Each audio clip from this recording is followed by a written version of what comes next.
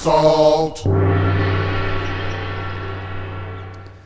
The most recent issue of the medical journal Stroke contains an article and an editorial that serve perfectly as a salt guru teaching moment. The article was chosen as the editor's pick for the May edition of Stroke and was authored by Gardner and others from the University of Miami and Columbia University.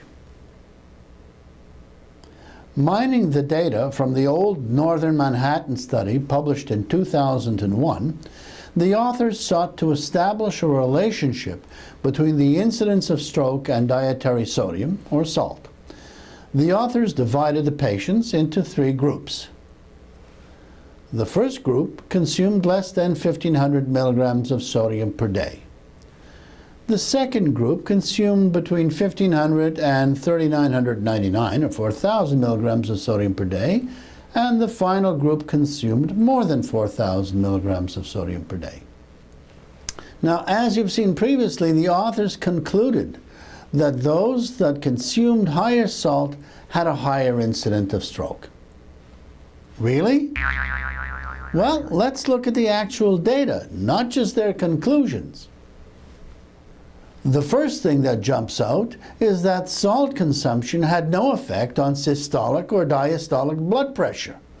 All that talk about salt and blood pressure, yet here is the actual result.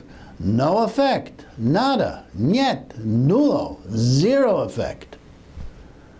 The really critical data is the total kilocalories consumed per day, which is the total amount of food that's consumed on a daily basis.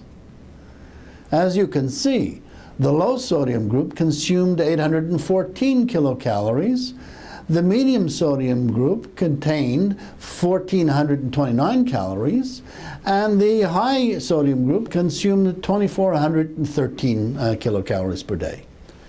But hang on a minute.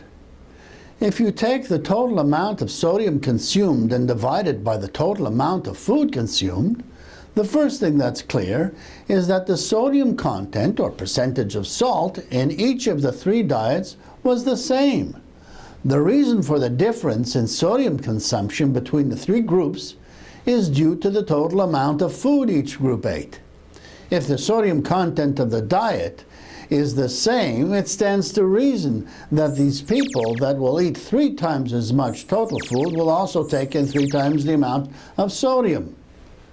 But they will also take in 3 times the amount of starch, of protein, of fat, of antioxidants, and of everything else.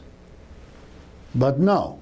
Instead of focusing on the tremendous difference in total food consumption amongst the three groups, the authors of the study elected to place the blame exclusively on sodium, even after they showed that sodium consumption had no effect on systolic or diastolic blood pressure. This is typical of all the bogus publications that dogmatically adhere to the anti-salt agenda. What is more, the journal was so pleased with the article that it invited a well-known anti-salt activist to publish an editorial on this paper in the same issue of Stroke. Not surprisingly, he said that this latest study proves that sodium is a dietary risk factor for stroke, a comment typical of all the anti-salt ideologues. Are we supposed to take these people seriously? What an insult. Now you can see how the salt stroke myth is little more than a knuckle-headed stubbornness parading around as medical science.